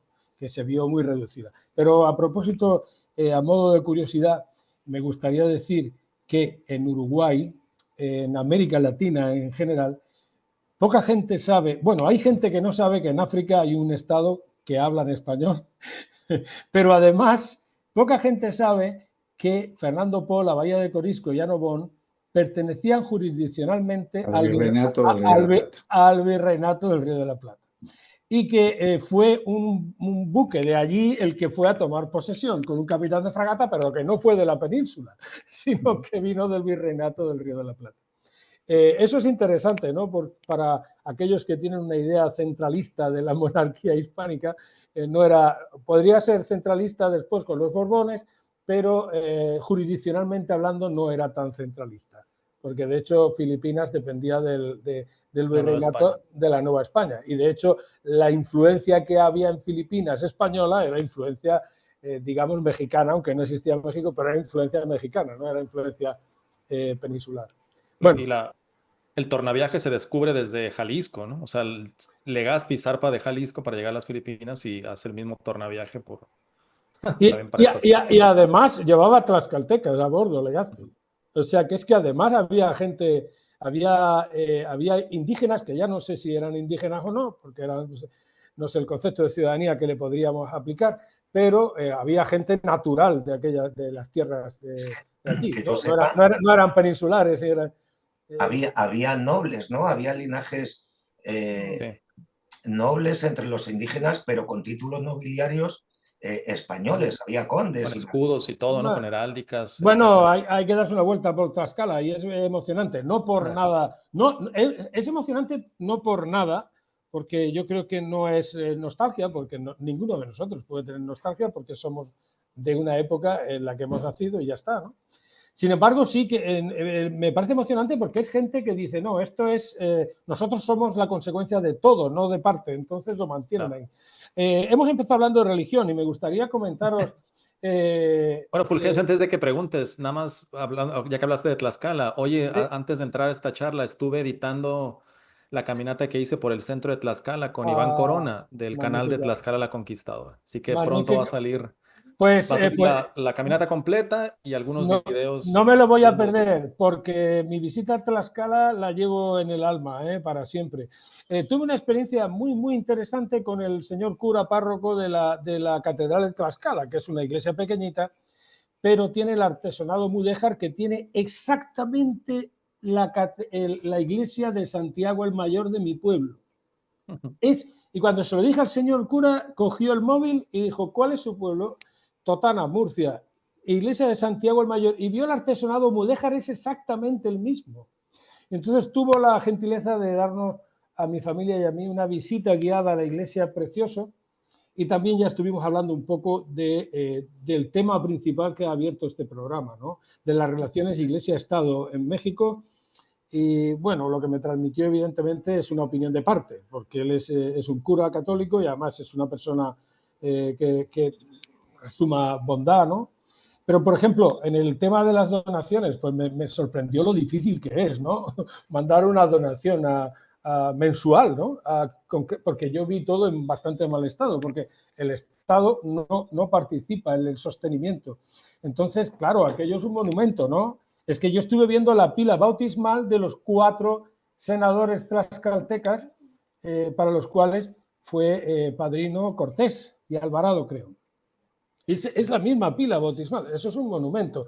Y eso es muy interesante esto que dices. No hay apoyo institucional para la conservación del patrimonio, Eric. No, está desvinculada a la Iglesia Católica del Estado. Sin embargo, hay sitios que son patrimonio, considerados patrimonio de la humanidad, patrimonio del pueblo mexicano, donde se supone que debería haber recursos para su restauración y conservación, pero en general el instituto que se encarga de eso, que es el INAH, en general tiene muy pocos recursos, ¿no? Entonces, más bien se hacen de recursos propios. Más bien lo que hace el INAH es de que si están restaurando como no deben, llegan y te clausuran la obra, o sea, muchas veces en lugar de, digo, es una crítica constructiva, ¿no? Al INAH, muchas veces en lugar de ayudar estorban, ¿no? Pero bueno. Las críticas, decía don Antonio García Trevijano, si me permitís la cita, Sí, sí. las críticas, y lo dije hace poco en un foro, ¿no? No me entendieron, ¿no? Las críticas son destructivas por su propia naturaleza, el resto es asesoramiento, ¿no? Bueno, Querido amigo. Eso lo decía Trevijano y la verdad es que se me quedó tam- clavado, ¿eh? también hablábamos, Fulgencio, de cómo en estas construcciones de los Estados-nación desde el siglo XIX hasta la actualidad, hay muchas instituciones que ya están rebasadas. El INAH sería otro ejemplo de eso, ¿no? Sí, De que sí. tuvo su época de auge y su razón de ser en el México postrevolucionario, pero me parece que actualmente está totalmente rebasado. Pero bueno, ¿Has, has cubierto en tu caminata, que la voy a ver, no te quepa la menor duda, porque estoy suscrito a tu canal, has cubierto el mural? sí, sí, ahí Es, está el es, del Palacio de Gobierno. es impresionante. Es impresionante porque es carente de todo tipo de ideología. Para mí es estrictamente una cronología de los hechos. No es, no le veo, bueno, es como lo veo yo, quizás estoy también contaminado, ¿no? Pero no tiene nada que ver con el del otro, ¿no? El de Diego Rivera. No, en el Palacio Nacional de México está un español con aspecto de malo, muy malo, dándole de latigazos a 10 indígenas en una yunta, Eso, ¿verdad? eso, Y aquí están firmando acuerdos, están eso. dándose la mano, o Y sea, dice, aquí comienza el mestizaje, aquí está la Constitución de 1812, aquí viene la debilidad de España y comienza el proceso de independencia. Es que no hay nada que sea reprobable desde mi punto de vista ahí, es claro. todo, es una No, cronología. y quisiera hablar de, bueno, no sé, Fulgencio, si tengan otra cuestión, quisiera hablar de esto que comentas, ¿no? Del relato Sí, nacional y sí, un poco regresarme al tema del inicio, ¿no? Platicaba con Iván y fue una de las preguntas que le hice a Iván Corona de Tlaxcala la Conquistadora es en esta cuestión que decíamos hace rato, o sea, en el momento en el que se estaba decidiendo el nombre del país y si el país se hubiera llamado Tlaxcala y el relato nacional hubiera estado centrado en ese pacto, ¿no? Entre la República de Tlaxcala, ¿verdad? Y la monarquía hispánica y bueno, toda la participación que tuvieron los tlaxcaltecas en la fundación de ciudades al norte, ¿no? De contingentes conquistadores al sur del continente, las Filipinas, o sea, si el relato nacional hubiera cambiado y no, con un foco en Tlaxcala, probablemente también, ¿no? Nuestra percepción sería distinta. Y comento esto, la importancia del relato nacional, la importancia de cómo nos contamos nuestra propia historia. Bueno, finalmente vivimos en estados-naciones, ¿no? O sea, la identidad nacional se vincula directamente con nuestra identidad individual, ¿no? Con nuestra identidad de grupo, en el sentido de que, y también haciendo alusión al comentario que ahorita decía Daniel, ¿verdad? En el sentido de que las personas que nos adentramos al estudio del pasado, de la historia, etcétera, pues tenemos la responsabilidad de divulgar ese conocimiento para que precisamente sectores más grandes de nuestros países profundicen, se cuestionen, reflexionen y conozcan más a fondo lo que es la historia de su región, de su ciudad, de su país, etcétera. Porque como bien comentaban muchas veces, ¿verdad? En esta cultura de masas uno tiende a ser muy flojo y simplemente sigue la corriente. No se para a reflexionar sobre si las manifestaciones culturales que está fomentando, que está practicando, tienen algún trasfondo, si son las correctas, etcétera, ¿no? Es decir, hay una falta de educación en este sentido y pues ese es el papel que debemos tener pues aquellos que nos dedicamos a la divulgación y que también pues profundizamos en el conocimiento del pasado y eso lo vinculo entonces ahora sí con la Navidad, ¿no? Porque muchas veces nos dejamos llevar por por la corriente, ¿no? Por este consumismo, por ese intercambio de regalos, por esas posadas que no son una representación, digamos, del nacimiento, ¿no? De los días previos al nacimiento de Cristo, sino que son fiesta, ¿no? Únicamente, ¿no? En algunos casos prácticamente son bacanales, ¿no? En algunos casos las posadas aquí en México, ¿no? Entonces, de alguna manera sería esa reflexión, ¿no? O sea, pararte a ver qué características culturales son positivas para tu familia, para tus seres queridos, y cuáles en realidad no son tan positivas, no porque se vayan a desechar las fiestas, los festejos, etcétera, ¿no? Sino porque ver cuáles, sino atender un poco más a cuáles son estos mensajes que tenemos, y de alguna manera es esta subordinación que a veces aceptamos del norte, ¿no? Y lo voy a decir de esta manera, ¿no? Aquí en Hermosillo, en el norte de México en general, ha sido predominante la figura de Santa Claus para que los niños se porten bien, ¿verdad? Obtengan un regalo como un premio a final de año, etcétera, que amanezca en el árbol de Navidad. Y ese, digamos, es el regalo que reciben. Cuando en el sur del país, o desde el centro, ¿no? Hacia el sur del país, la tradición es que en la Navidad es un regalo pequeño, ¿verdad? O sea, amanece en el árbol de Navidad un regalo pequeño de Santa Claus, y el regalo realmente importante, ¿no? Digamos, el regalo grande lo traen los Santos Reyes, ¿verdad?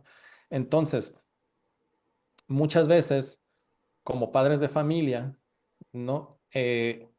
No les hablamos a los niños, ¿no? De estas de lo que podrían simbolizar, ¿no? El hecho de recibir regalos, el hecho de honrar a sus padres, ¿no? El hecho, lo decimos muy genéricamente, pues pórtate bien y eso para que te traiga algo Santa Claus, ¿no? Sino que hace falta ver de dónde vienen esas tradiciones, reflexionar sobre la educación que estamos dando en estas fechas a nuestros hijos, y realmente ser un participante activo en la educación de nuestros hijos y en la cohesión social que hay en nuestras comunidades y en nuestros países, ¿no? Es decir, si tomamos en cuenta, ¿no? Que esta tradición de los Santos Reyes, o esta tradición de las posadas, ¿no? O celebrar la Navidad en un país como México, pues viene, ¿verdad? De todo este proceso de evangelización que inició hace 5 siglos, y que tiene una importancia para mantener esa cohesión familiar. Pudiéramos entonces centrarnos más en esta función de cohesión social, de fortalecer la espiritualidad o las creencias que cada familia pudiera tener, ¿no? Y no seguir a lo mejor la corriente, ¿verdad? Y no seguir a lo mejor la inercia de caer simplemente en el hedonismo, en el consumismo, ¿no?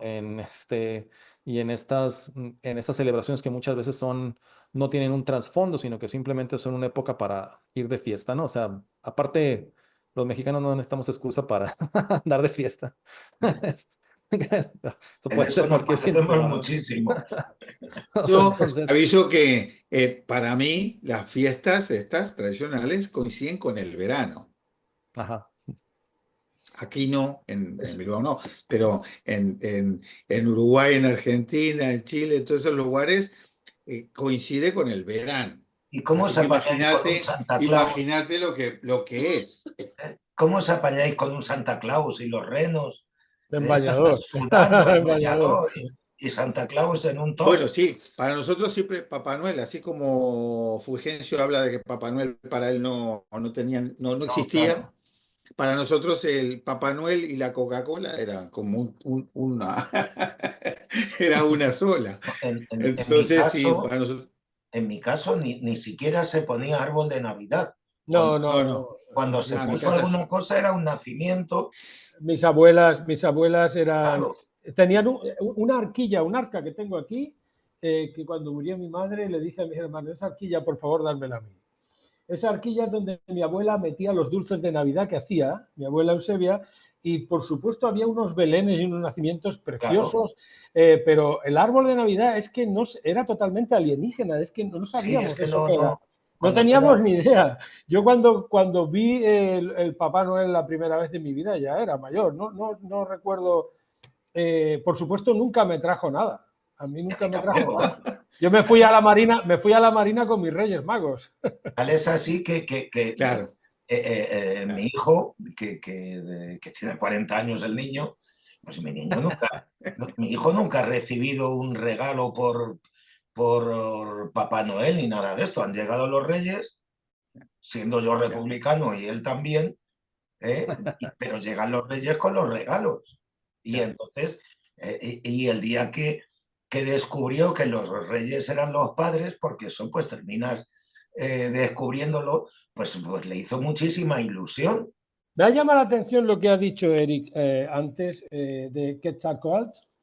Sí, pero es que, bueno, yo creo que eso está dentro del proceso de formación de naciones, ¿no?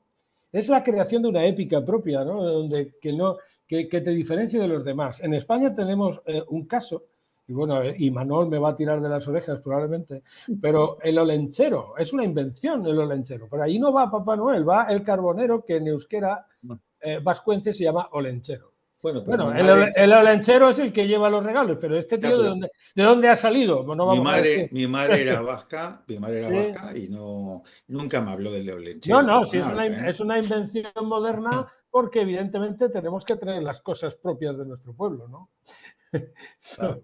Pero bueno, ahí ha sustituido o pretende, oficialmente se sustituye por Santa Claus o por Papá Noel, ¿no? Y creo que incluso por los Reyes Magos. Cuando si en algún sitio hay tradicionalismo ultracatólico es en Navarra y en el País Vasco, en España. Ahí la comunión tradicionalista viene de ahí, ¿no?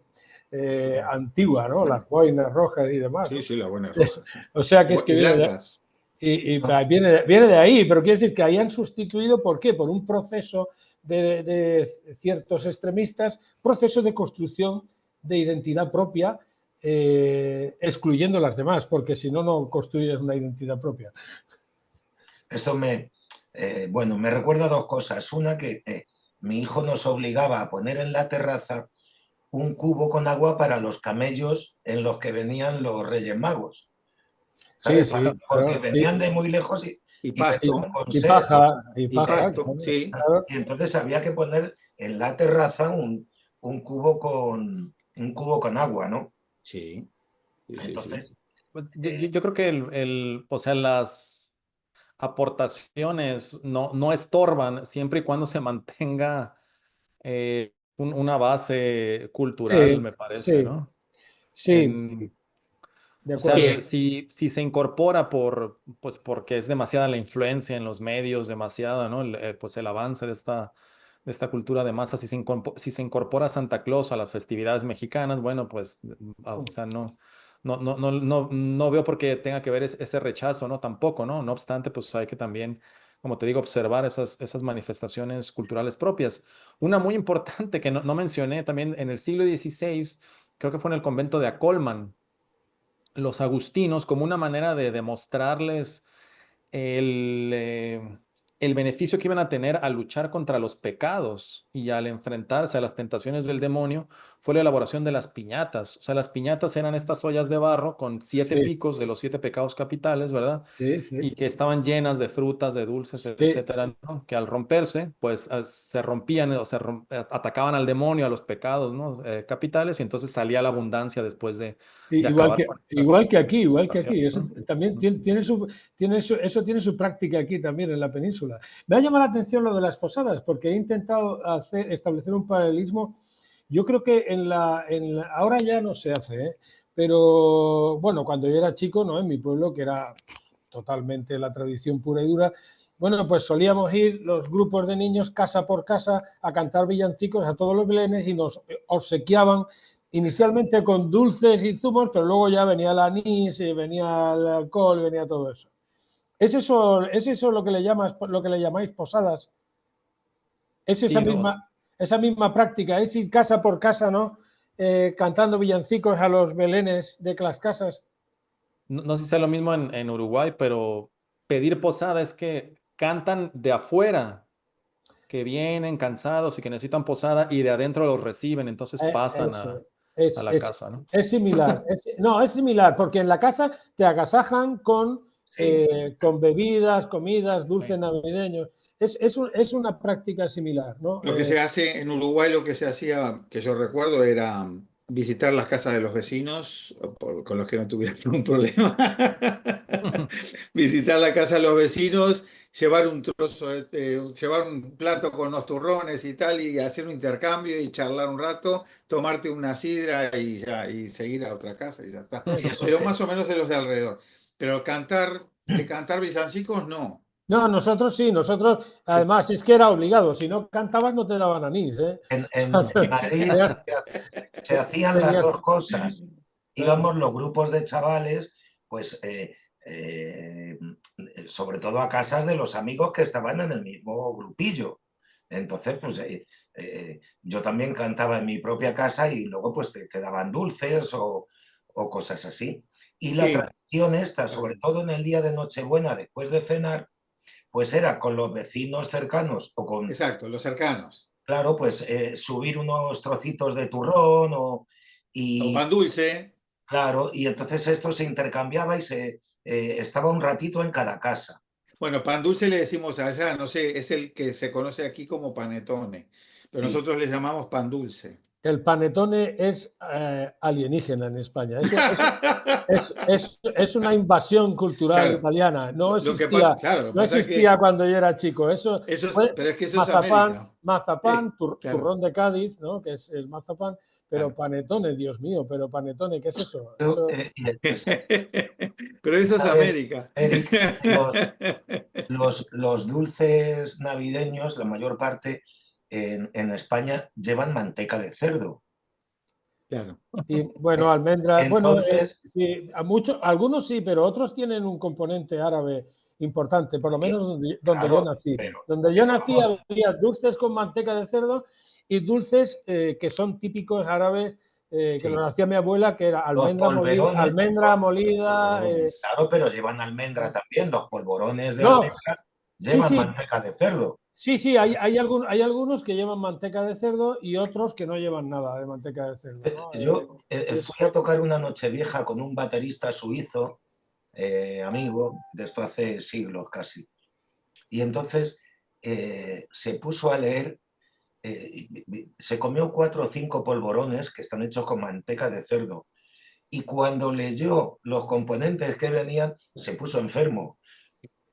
¿Sabes? Manteca de cerdo, ¿cómo podéis hacer los dulces en España? ¿Cómo podéis hacer esos bueno, dulces con bueno, manteca pero de cerdo? mi abuela nos daba una tostada por la tarde con pringue que le llamaba, que era manteca de cerdo y azúcar. La O manteca sea, colorada de aquí de Andalucía, vamos. la manteca colorada, sí, sí. Claro. Bueno, señores, No, llevamos. no, vamos a llegar a la Nochevieja si seguimos así, ¿eh? Bueno, lo que pasa es que es tan agradable y tan bueno compartir con ustedes este ratillo que, Sí. que hay que ponerle un fin. A mí se me han quedado temas en el tintero, pero bueno, siempre nos da lugar, bueno, pues quizás para el próximo, para poner de un lado de la balanza el mundo anglo y del otro nuestro mundo hispano, y a ver qué nos sale. ¿Eh? Claro. ¿Eh? Bueno, ya sabes que en Estados Unidos en Nochebuena casi no hacen nada, ¿no? Sí, sí, lo O sé. sea, se van a dormir temprano y la fiesta es en el 25 y aquí como les digo, pues hay fiesta todo el tiempo, ¿no? Pero bueno, en México es fiesta toda la noche prácticamente la Nochebuena, ¿verdad? Y luego también pues continúa el Sí, aquí 25, también. ¿no? Aquí la Nochebuena es fiesta, es familiar, pero bueno, en mi casa tocamos, bailar no, porque la última vez que yo me puse a bailar se murieron 2 niños en no sé qué país africano. Pero en mi casa pues tocamos y cantamos Ujú. y nos dan igual los vecinos, que bueno, los de arriba son rusos y hacen lo mismo, pero en su lengua. ¿Eh? Mi padre solía poner el disco de la misa criolla, Ay, qué bonito, qué bonito. el de Gloria a Dios en las alturas. Ese. Con la cadencia armónica. Yo cuando era muy joven y empezaba a tocar, pues tocábamos canciones de los calchaquis y de música Ah, los china con calchaquis. las flautas de pan y todo Ya, esto, ¿no?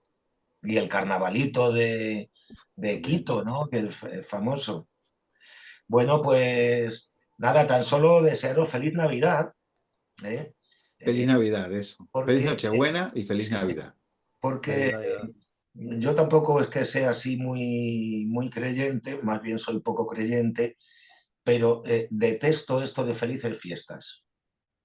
O sea, Y prefiero felicitar la Navidad, sobre todo al que sea En la Unión Europea está prohibido decir Merry Christmas, ¿eh? Tienes así. que decir Happy Holidays o algo así. O sea, que es que hemos llegado ya hasta ahí. O sea, si hay alguna raíz en Europa, esa es la cristiana, no cabe ninguna duda, ¿no? Claro, Pero incluso, está prohibido, o sea que no lo podemos decir. Bueno, yo ya. incluso la raíz de Ahora la... soy consultor independiente de la Unión Europea, ya no estoy dentro, pero no lo podíamos poner en los correos electrónicos. No sé, por si se ofende, por si me ofendo yo, que no soy Por si creyente. no, es un tema de confesionalidad, o sea, es un tema de que porque puedes decir Edu Barak cuando cuando es la fiesta de los musulmanes, puedes decir cualquier cosa, pero el tema cristiano está en franco retroceso. A Está en pesar franco de que retroceso. somos, Europa es puro cristianismo. Bueno, tampoco hay que hacer apología de nada, ¿no? Pero No, pero la cuestión es que podemos decirlo, ¿no? Igual, ¿no? Creo yo. somos una consecuencia del cristianismo en nuestra civilización. Somos puro cristianismo. Hasta el marxismo es un cristianismo que cambia a Dios por el Estado, ¿no? Simplificando, claro, no. Esto daría para otros programas con gente que supiera más de marxismo que yo. Santi Armesilla. Algo así. Armesilla es el que más sabe de marxismo, por lo menos de los que yo conozco. Vale, Es una persona que tiene un nivel de sí, conocimiento muy profundo, sí. desde mi punto de Hombre, vista. lo que tiene el marxismo, que está el marxismo de Mao, el de Gramsci, el leninismo, en fin, que es algo que está muy poco cerrado, digamos, ¿no? Bueno, yo Bueno, entrevisté a Mesilla con su es- libro en mi canal. Tengo la entrevista de su libro Hace un Iberofonía y año. Socialismo, ¿no? sí, bueno, yo creo Lo veré, yo he visto algún programa suyo. Ahí lo No, pueden yo ver. he visto algún programa suyo y no lo he dicho de broma, lo he dicho de verdad lo que siento. Sí, Y Sí, sí. en sí. cuanto a lo que dices, yo no soy un experto marxista, estoy muy lejos de eso, pero más que marxismo maoísta es que los chinos son los chinos, ¿no? Son una civilización en sí misma y Bueno, tienen su esto propia lo perspectiva. dice el Entonces, ideólogo de Mao, que tiene un nombre chino que no me acuerdo, es el que precisamente habla de un marxismo con las características chinas. Bueno, como le digo, Armesilla lo que hace es el marxismo en la iberofonía, como él le llama, ¿no? Que sería, pues, no sé, la hispanidad o el mundo hispano. O sea, sí. Bueno, Así eso sí, que vale la pena checarlo. sí, Pero sí, igual, o sí, sea, todo, finalmente o sea, Europa es la cristiandad, ¿no? Porque ya la civilización mediterránea de los romanos, pues había dividido, ¿no? sí. O sea, para la época medieval que le llaman. Entonces, es que el principio del libre albedrío de Tomás de Aquino, ¿no? Bueno, el premio está arriba, pero el camino para llegar arriba hay que hacerlo aquí, ¿no? Sí. Es una reflexión muy interesante, ¿no? Pero bueno, que excede ya a nuestro tiempo y al objetivo de este último programa. No, pero voy a verte el programa que dices, ¿no, Eric? Voy a ver el El de programa que Tlaxcala, yo lo dices. voy a ver, mañana Voy lo a ver cuelgas, ¿no? el de no, Tlaxcala. apenas lo estoy editando. Va a Ah, salir esta semana. Bien, bien, Mañana tengo la ah, entrevista con Juan José de Lama, de de Lama. Lama. su libro Yo Hernán, Diario de Campaña, de la Ah, vida de Hernán Cortés, pues de la campaña de la toma de Tenochtitlan de Hernán Oh, Cortés. un día me Mañana. gustaría hacer algo que es, yo tengo una edición de Historia General de las Cosas de Nueva España, de Fray Bernardino de Sahagún. Tengo el libro hace 30 años y lo voy a releer, lo que pasa que no lo tengo aquí, lo tengo en Madrid, y me gustaría hacer un programa sobre estos personajes, ¿no? Elegir 3 o 4 personajes así importantes, ¿no? Eh, Está a la orden. eh, no, y que Además, fueron muy importantes para la... ¿Perdón? no, perdona que te corte, simplemente que es muy importante que nos conozcamos, porque realmente en la hispanidad nos conocemos poco. Sabemos algo de nuestras zonas de alrededor bueno, nos y, hemos y olvidado, diría yo, nos hemos olvidado. sí, no profundizamos en nuestras historias particulares, nuestras sesiones, nuestros personajes, nuestras... lo- nos falta conocernos un poco más. incluso dentro de Hispanoamérica. Conocemos mucho de lo que nos pasa alrededor. Nuestra historia, la que estudiamos nosotros, el 99% corresponde a lo que ocurre en Uruguay o lo que hoy es Uruguay, algo de Paraguay y básicamente más de lo que pasa con Argentina, porque estamos muy vinculados. Tengo una Entonces, anécdota del evento de Ciudad de México de hace un mes.